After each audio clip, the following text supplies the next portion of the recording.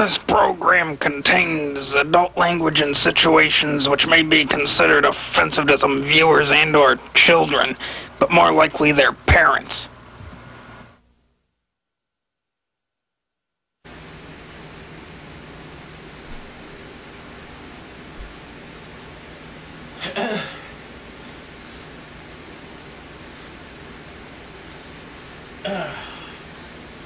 Hey, retards.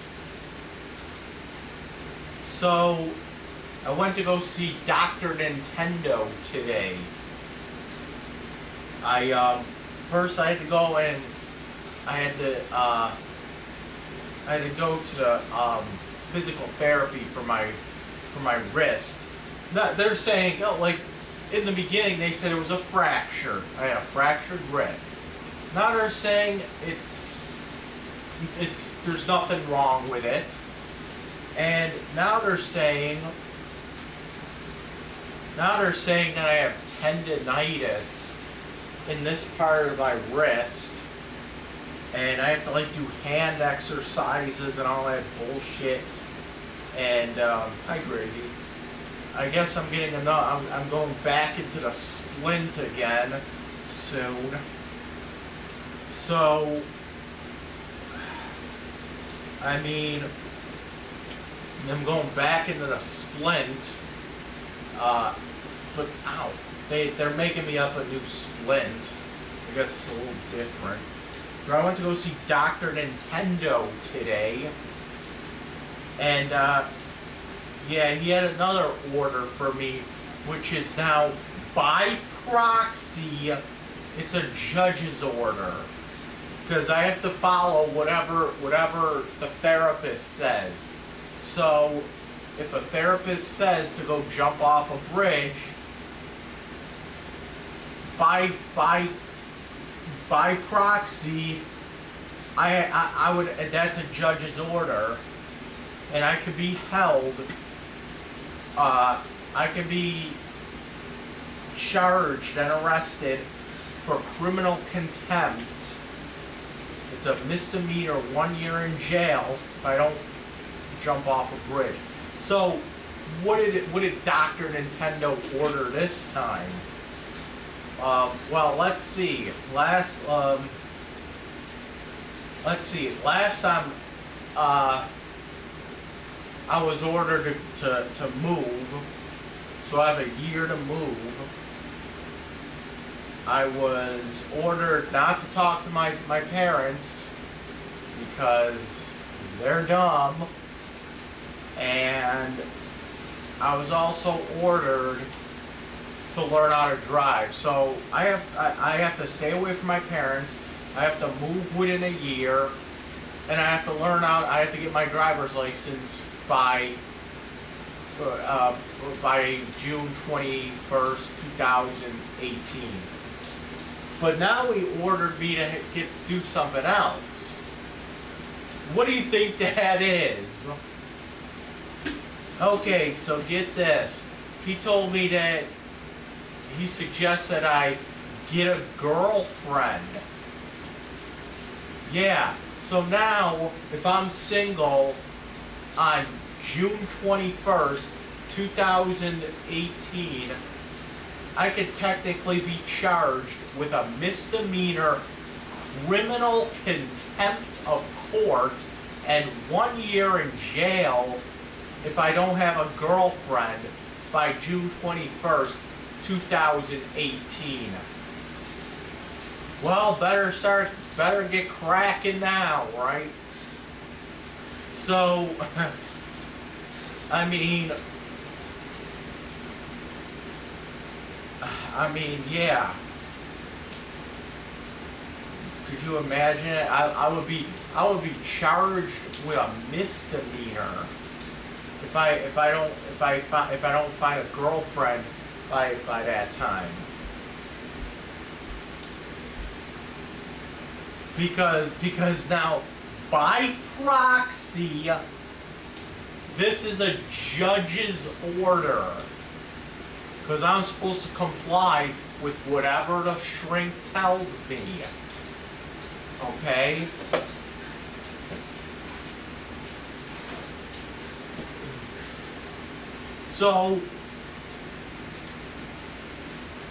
So let's break it down, shall we?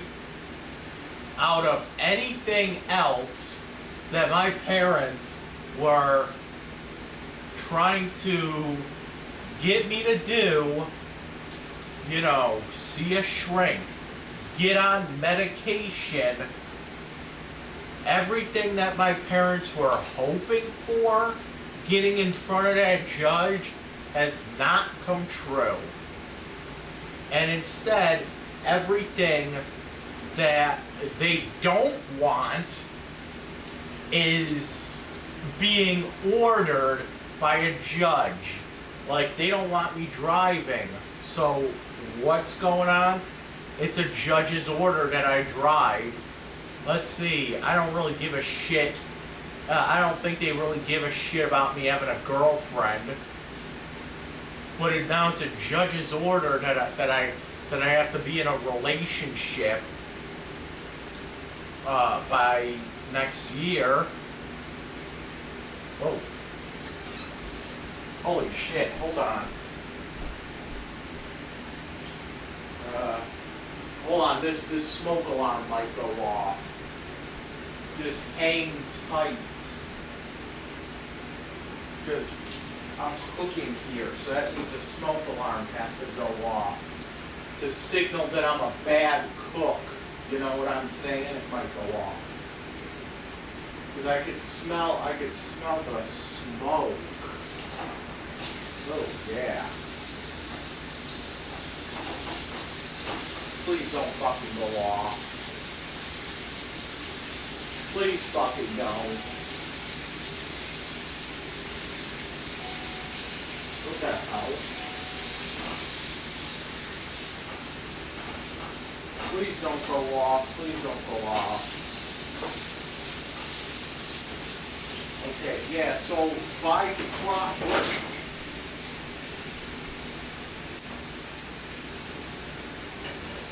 So everything that they wanted, the shrink is not ordering me to do. Kind of backfired on them, huh? Kind of backfired on their asses, right? It was probably the worst mistake they've ever done. Because now it's either I have to, now it's like I can either not learn how to drive, or I can just go back to jail. The judge is going to see this and he's going to say, you didn't comply with any of what Dr. Nintendo said. Put him in jail for a year. You didn't learn how to drive? Go to jail. You don't have a girlfriend? Go to jail. You didn't get to move within a year? Go to jail. Go right to jail and don't collect your $100. That's what the judge is gonna say. He's gonna say, go to jail and don't collect your $100. You know what I'm saying, dog?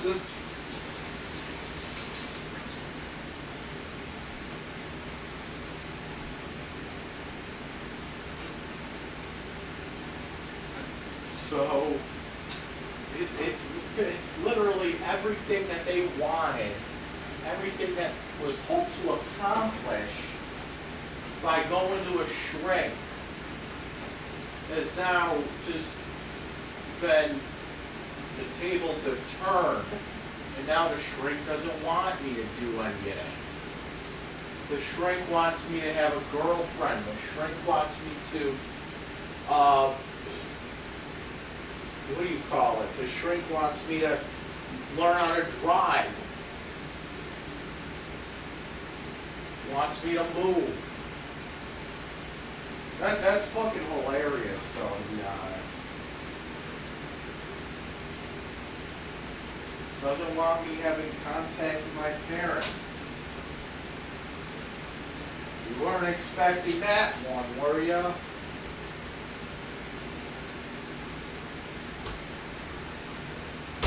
Could you imagine imagine it though? Could you imagine if like June 21st comes around and the dicks from the Cheektowaga court or the Cheektowaga jail come to my house, knock, knock, knock. I answer the door, they're like, "You're under arrest." And I'm like, "How come?" And they said, "You failed to get a girlfriend. You failed to learn how to drive. You failed to move. So you have to do all you have to do all that, and then or you got to sit in jail for a year." Because that's a criminal. That's now a criminal. That's violating a judge's order. Oh! You thought the judge's order was just staying away from the dizzy broad? That judge's order is a lot more than that. So I think things are going good for me. By the way, I think that apartment that I was looking at, I don't think I'm gonna take it, because it's gonna be like one of those things where I'm gonna. The thing is that it's $600 a month plus security, and then I have to also pay all gas and electric, and it's within my budget. But the problem is that there's people living in that house already, and they're gonna be out at the end of August. But the landlord wants that place rented out like as soon as. Wow. Are you fucking serious?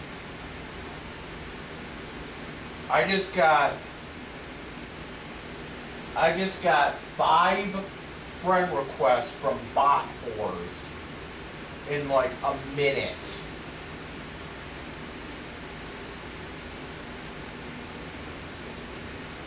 Okay.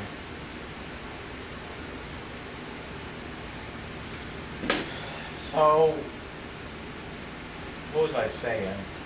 Yeah, so what it is that the landlord over there wants me to, he wants to get those guys out, but he wants me to come in like the day after they're out. And that does not give Belmont time to, inspect it. So it's like I would have to put up security and first month's rent all at once, and it's not. And the county says that I can't do that because Belmont, they should be paying part of the rent. They're like, you have to look for an apartment that's already vacant, because we're not going to be putting up $1,200 for something that should cost like $800, Fucking ridiculous. But I don't know. I mean, Belmont said I can do it, no problem. It's just that getting the county involved now just makes everything so much more difficult. You gotta get like 4 people working on the same page. It's ridiculous. You have to get my present landlord working on the same page. You have to have the landlord over there working on the same page. you have to have Belmont working on the same page, and you have to have the county working at the same page. It's ridiculous. And I gotta go and coordinate all of this. Oh well.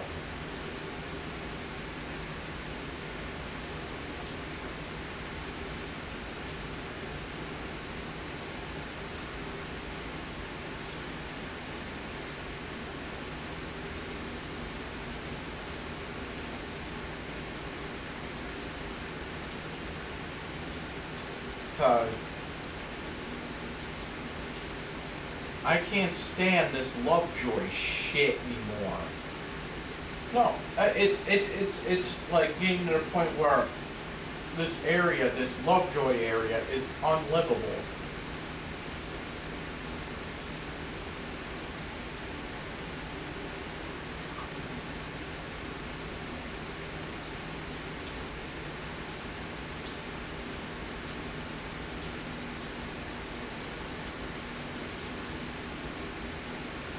And,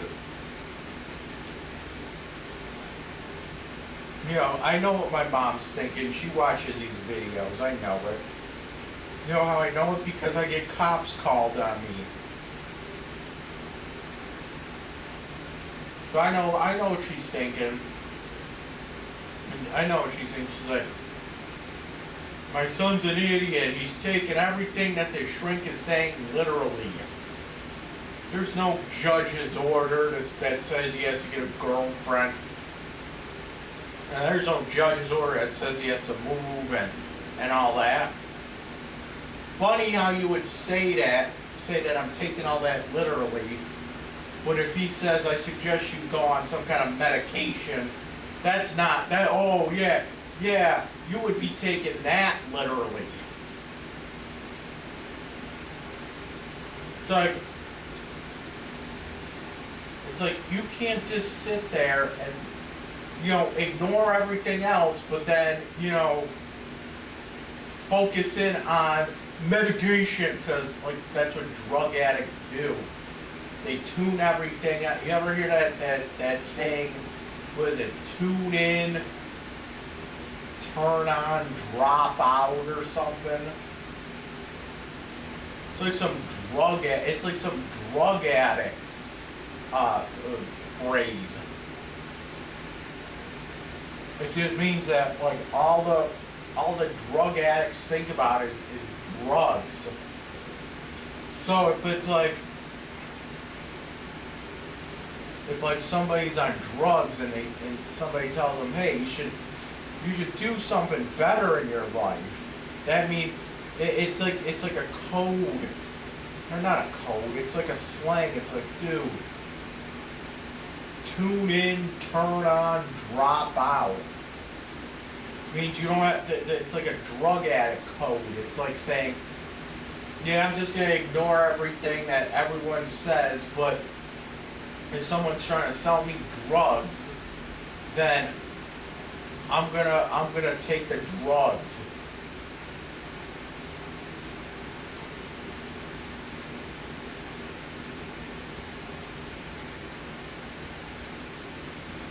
My mom says that the machete is illegal. Yeah, machete's illegal, unlike your pot. Well, you get all bent out of shape over that. You know what? That day that the cops were here, I should have actually told the cops, you know, I'm fine. It's my parents you have to worry about. My dad has hemophilic tendencies. Okay. My parents are drug addicts. You know. And that's that. And if they ever called police on me again, that's what I'm going to tell them. Be like, you know, listen, you could do a really good drug bust over at my parents' house. They have pot and fucking pills up the yin yang. They have enough pills for intention to distribute. Intent to distribute or whatever.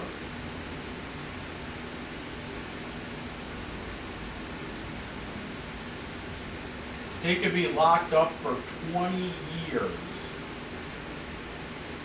So you're about to shit that's not in their home.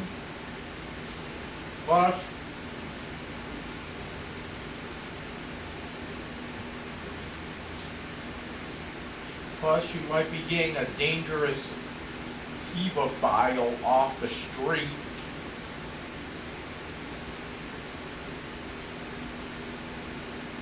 You know? Seriously though, my mom justified him watching Hannah Montana by saying that he watches it because it brings back his childhood or something. That's the stupidest argument that I've ever heard for someone being a fucking hemophile. I mean, if you want, okay, I can get this. If he wants to watch Leave It to Beaver, that would be bringing back his childhood. But saying they brought back his, you know, he was like fucking 50 when fucking Hannah Montana came out. How is that reliving his childhood? Watching shows from like 5 years ago. That makes no goddamn sense. No, it wasn't like he had Hannah Montana back in fucking 1957, 19 to 1960. See, you know.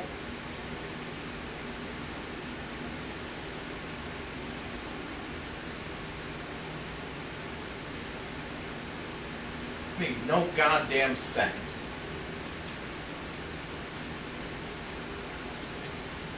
He was born 1957.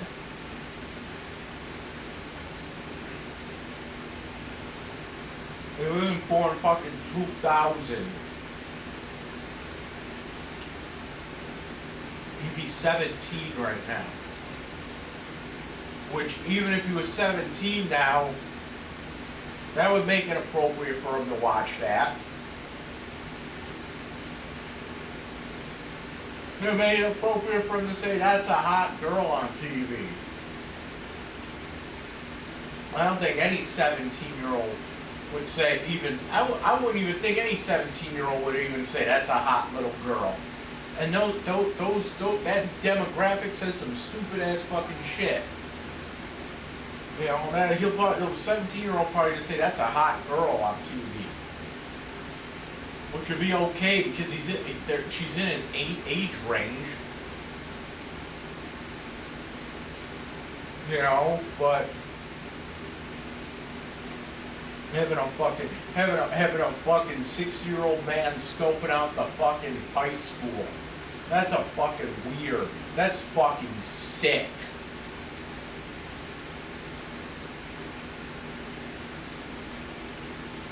A 33-year-old man scoping out our high school. That's fucking sick too.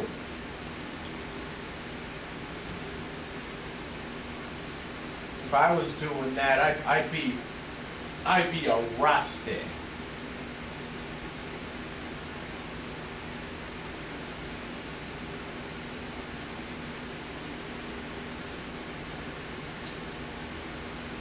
If I was sitting there watching the fucking, prowling around the high school,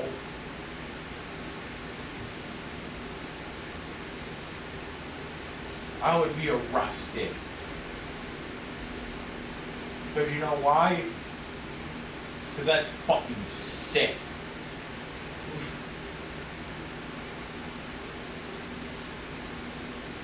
If I was fucking 16, it would be excusable.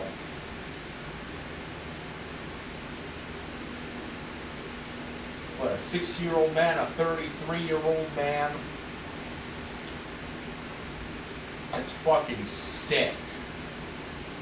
Even a 20-year-old, I could probably understand.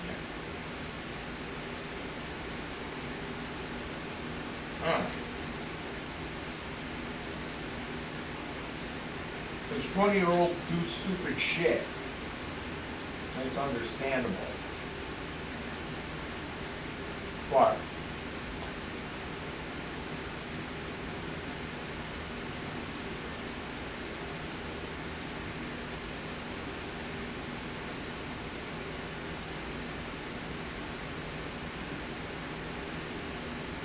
my dad was fucking 60 years old. He's old. He should be like, in another 5 years, he'll be in a nursing home.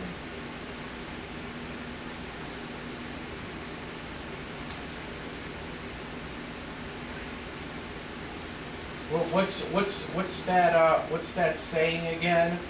Be nice to your children because I get to pick your nursing home or something like that.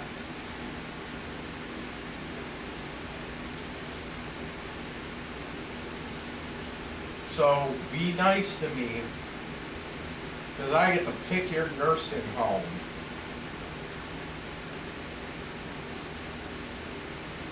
And you know where you're going.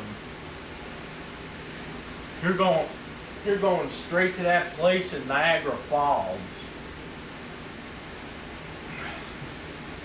that they always talk about where it's nasty and dirty. And you have to live with the other nigs in Niagara Falls.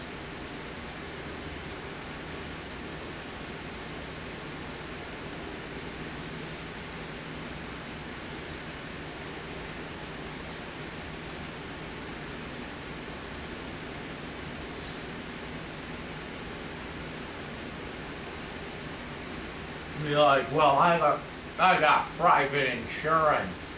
I get a private room, and you did no. Your white privilege ends there, sucker. You're going in low income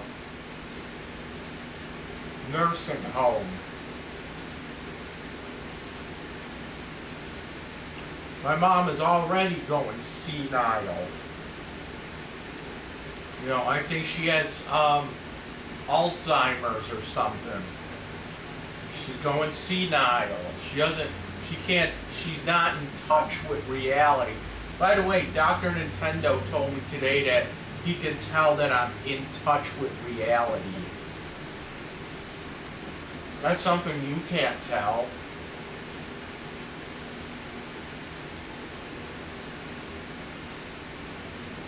And he actually said that too. He actually used that phrase, in touch with reality. When have I ever not been in touch with reality though?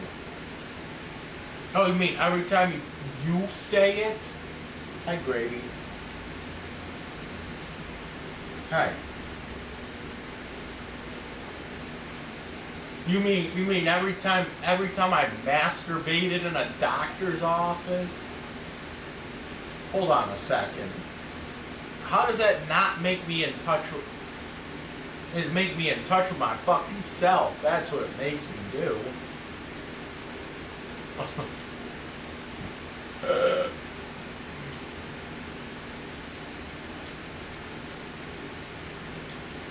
What? Masturbating in a doctor's office doesn't make you perceive reality different. Like, what exactly does that mean? Because when the cops were here, they were asking me, what day of the week is it? and who the president was. What if I just said something like, I don't know. What if I said something like George Washington? Or like, I don't know, someone stupid like, I don't know. That would, I mean, that he was a president, but not today.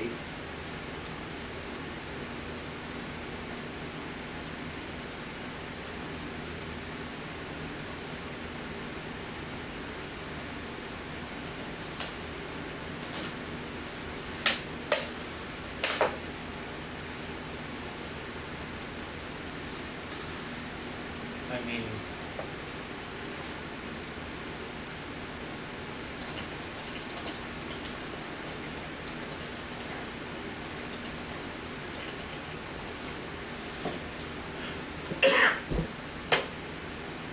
like what?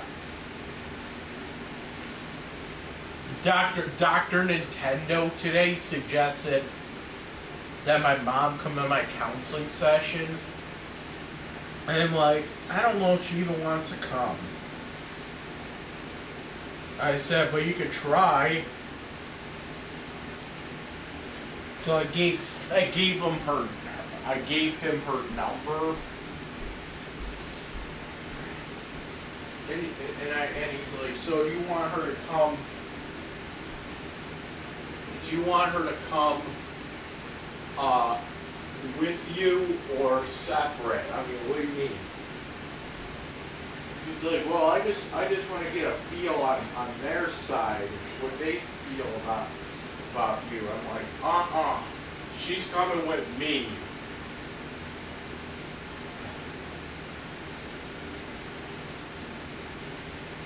Because, you know, if she's left unchecked, she will feed you a line of bull. She will have you convinced that I went to this space camp or whatever the fuck when I was like fucking 2. Yeah, she's telling everyone I went to like NASA space camp. I'm like, no, I fucking didn't. It's like, oh yeah, well you're too young. No, I fucking didn't. People need to. My parents need to stop lying. What purpose does this make it? This is what I'm trying to figure out. My problem is that I try to figure people out too. Here's the thing. My Dr. Nintendo actually pinpointed what my actual problems are. He says that I'm a nice guy, but with that nice guy, I try to help people. I don't, you know, I care about people a little bit too much. And with that, you know, like for example, when I got arrested in May, you know, the whole thing was that I was concerned about the girl's daughter. I was concerned about her baby or whatever. And that's what pretty much started the whole shebang.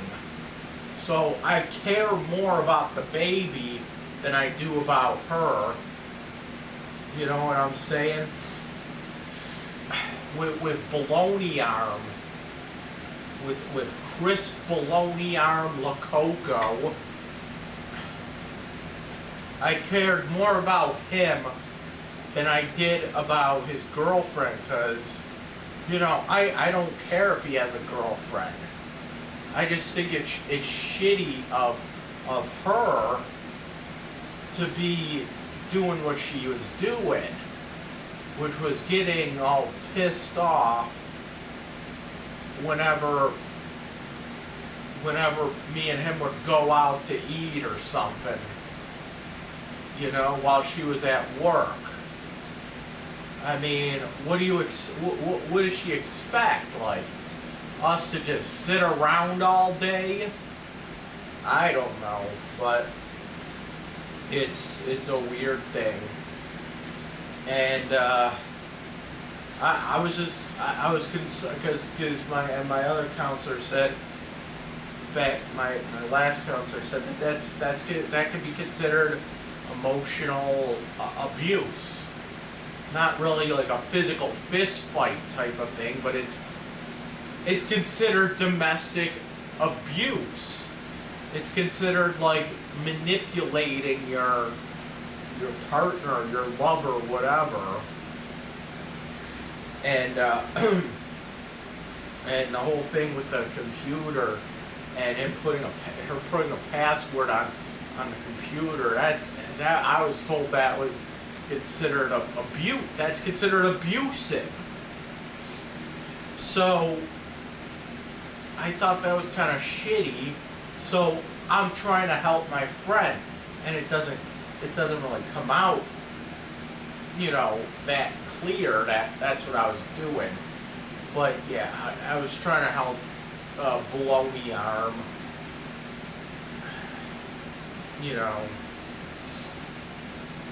or like when my dad's over there, watching his little girl's show. That's a hot little girl. And he's saying that, and at the same token, he's holding a fucking baby that he's supposed to be babysitting. He's saying that about a fucking 14-year-old girl, while he's supposed to be, And I said, because every time that baby comes over, because my mom babysits his baby for someone she knows. I always ask when the baby's coming, because I feel like my dad needs to be watched while they're watching the baby, because he has tendencies to say that about a 14-year-old girl. Who the fuck knows if he likes to go a little lower than that, if you know what I mean. So I'm looking out for the baby, and I don't see why this is like frowned upon. I don't see it. I'm like, in my mind, I felt like I was helping my friend. I felt like I was helping the protected party's daughter, even though the protected party got mad and had me arrested.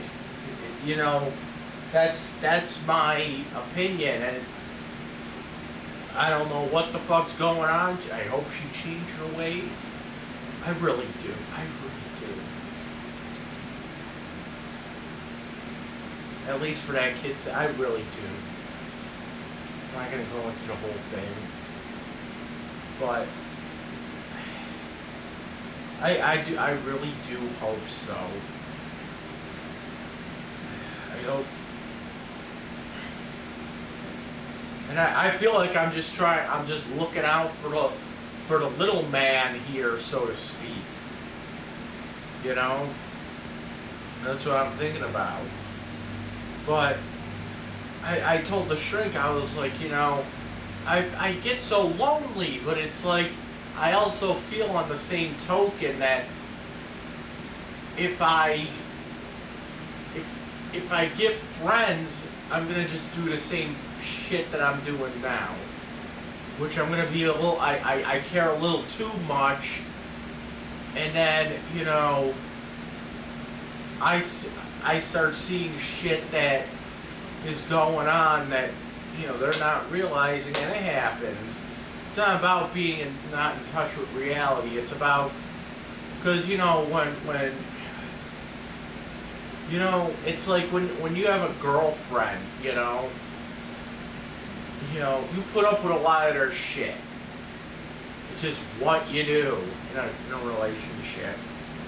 But in the same token, it doesn't give the other person, and if, you know what, if it was her, if it was him doing it to her, if it was him doing all that psychological abuse bullshit to his girlfriend, I would probably stick up for for the girlfriend over bologna on. You know what I'm saying? That's that. You know, I'm always about looking out for the little man. But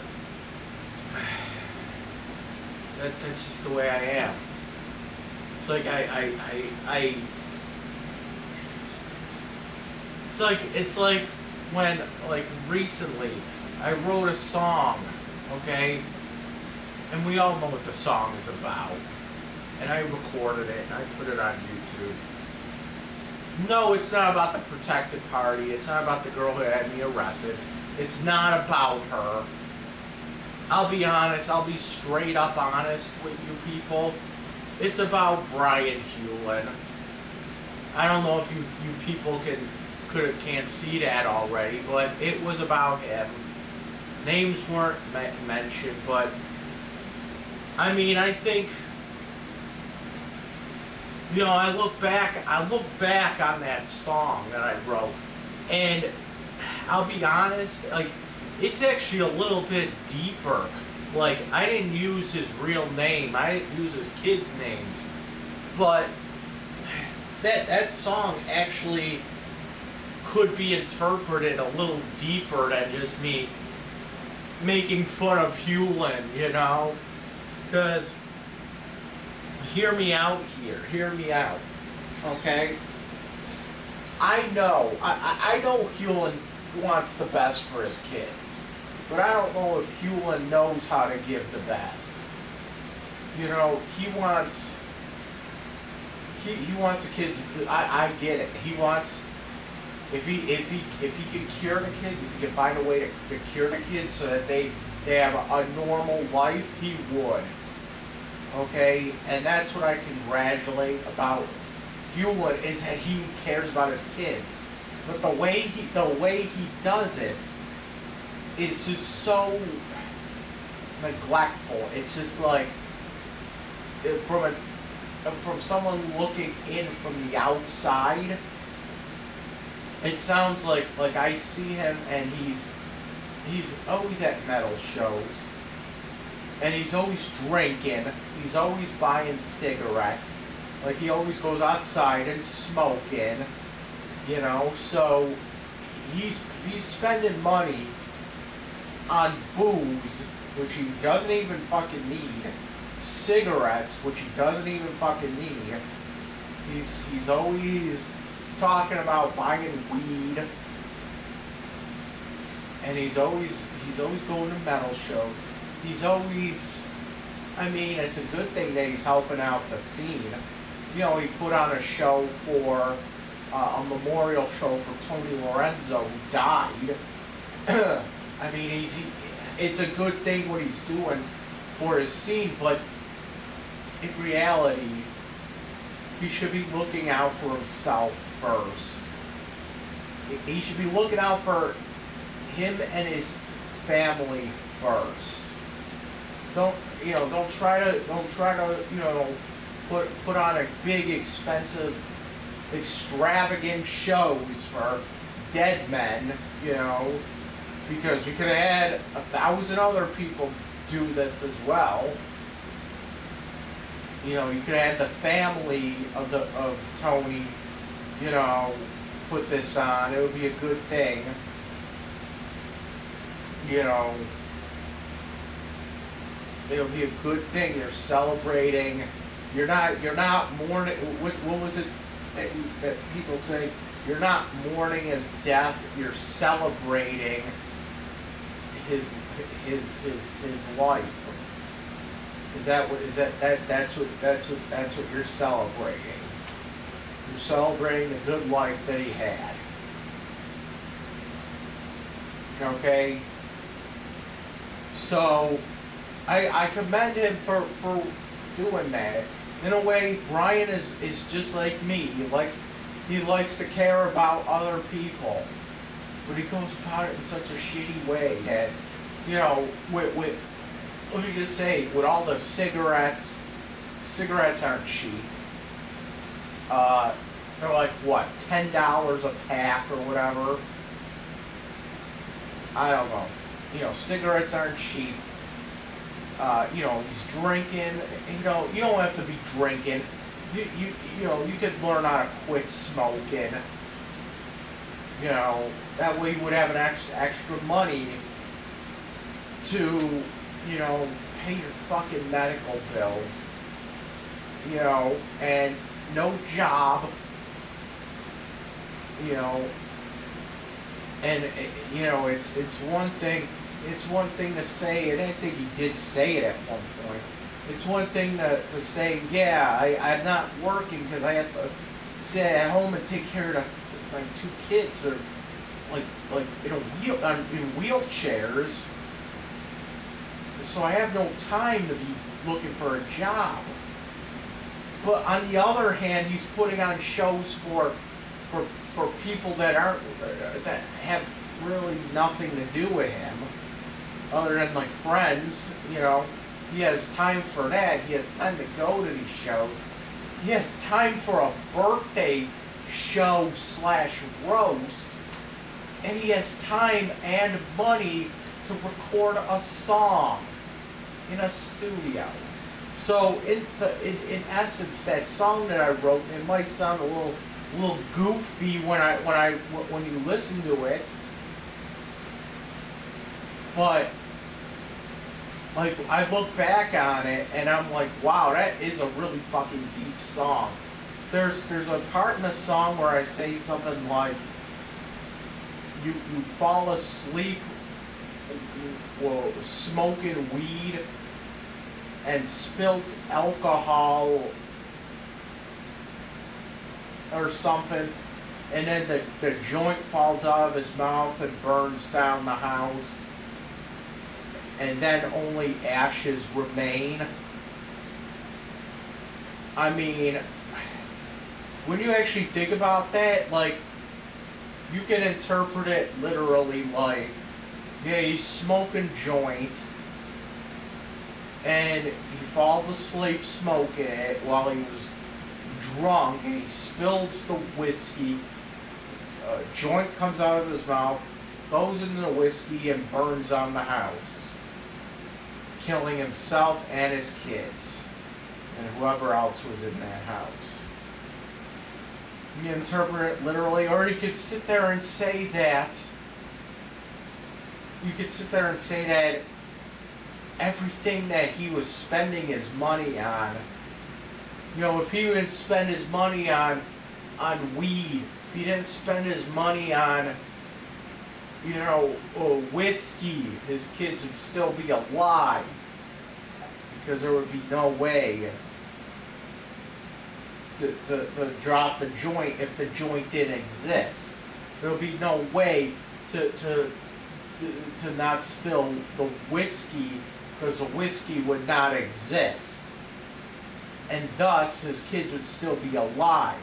So, you take money away from the kids to do stupid shit, and that's what could happen.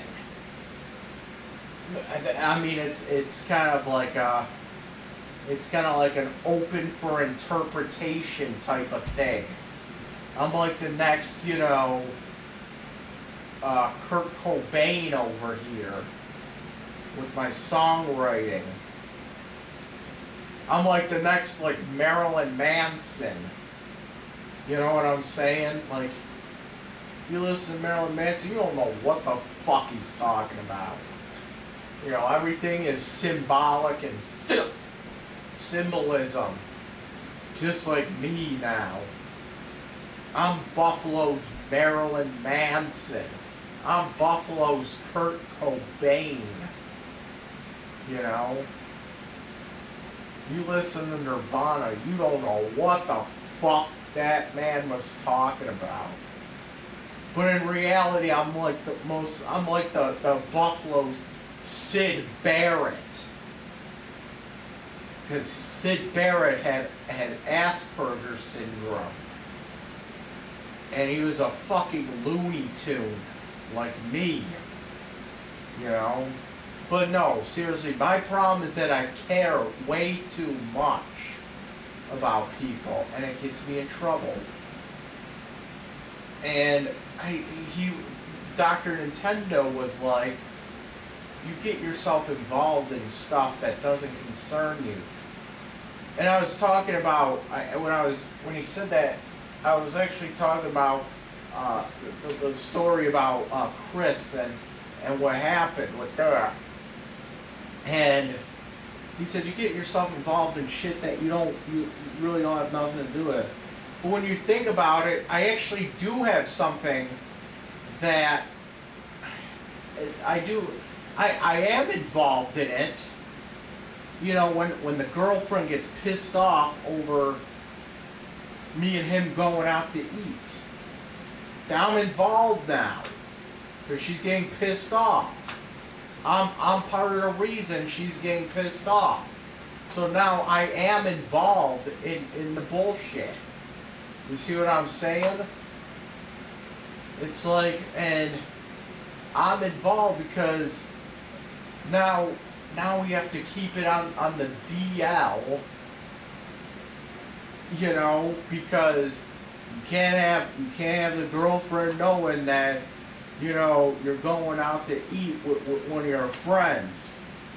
What would happen if Bologna Arm got pissed off every time she went out to eat with one of her friends? You know, on her own. What would happen? And he would get all pissed off. That would be abuse, because it's, you know, it's a guy with a dick going after a girl with a vagina, and somehow now it's abuse. But, you know, when a woman does it to a man, then it's just, it's keeping them in line, you know. What if every time she wanted to go play with herself, and she keeps her, you know, Chris said, every time you want to play with yourself, here's a locked box. And the locked box is going to have a password on it. And every time you want to go into that locked box to get out your dildo, you have to type, I love Chris, every single time. And I you know, what if he did that? That would be a problem, wouldn't it? That'll be a fucking problem. See, that's my thought. That you know, that's my thought there. And yeah, I am involved because she gets pissed because of something me and him do. Me and him do. You know, me and him go out to eat. So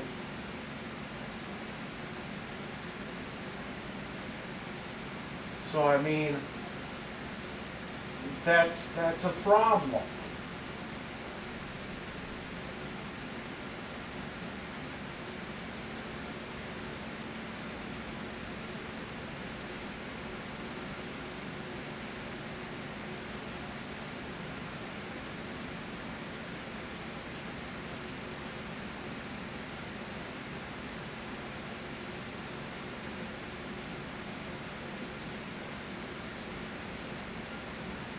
That's a problem. That's a problem.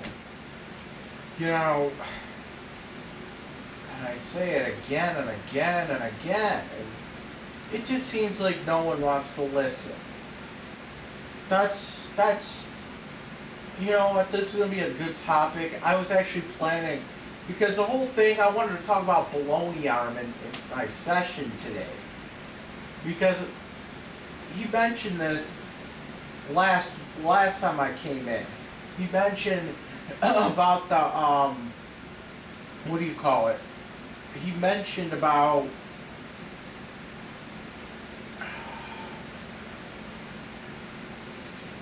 something about how I'm a good guy and I'm a nice guy and all that other shit, and I care for people, and it got me thinking, and bologna arm came up.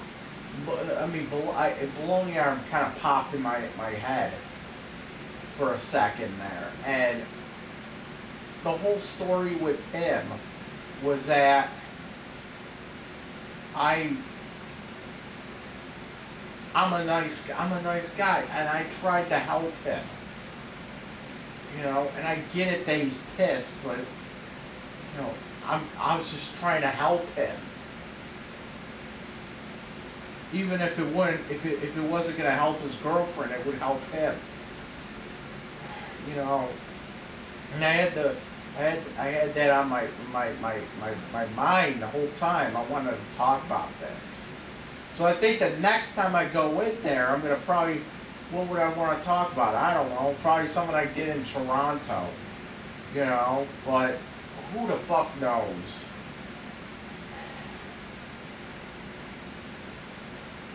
It just, oh my God.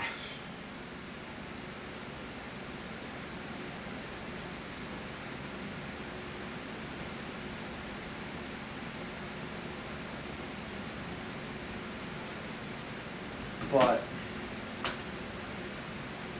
I don't know.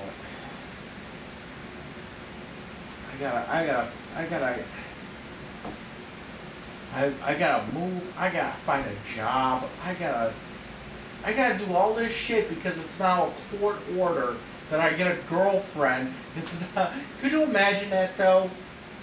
Dicks coming to my house saying, "Hey, we have to arrest you." How come?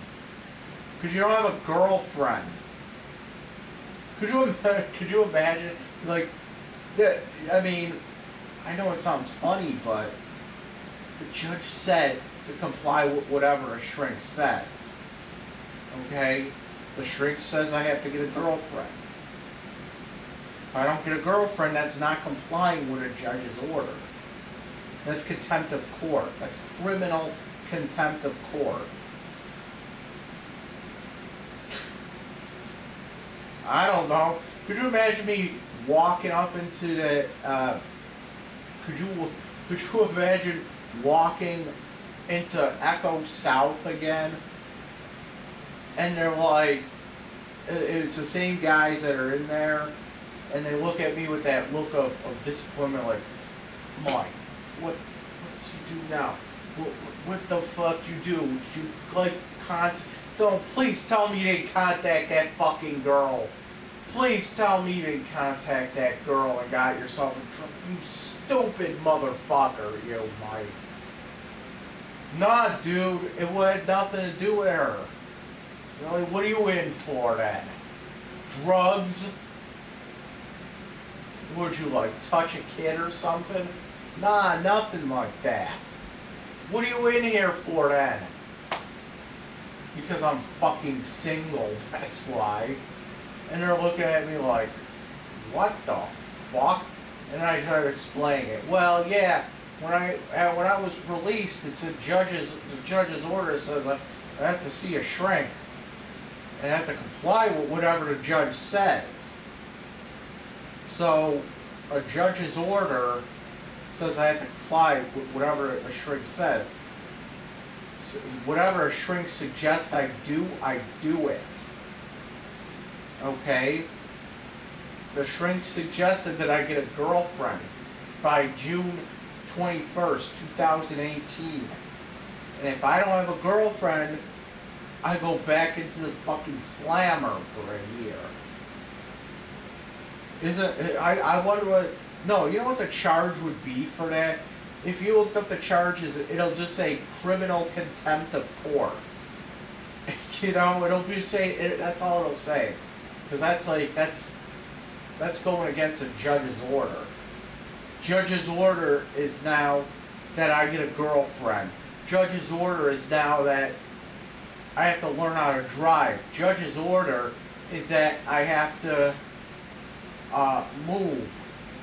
And yeah, the other judge's order, I have to stay away from Zuki Babuki or whatever. You know what I'm saying? So, I mean, that's the whole thing. That's the whole gist of that. So, I'm not really happy. You know, I mean, I'm happy about it, but, you know, I mean, I want to learn how to drive. I want a girlfriend. I want to move. But I don't want to have to feel pressured into doing it or face a year in jail. You know what I'm saying? So, I'm done with this. And that's about it. Ugh.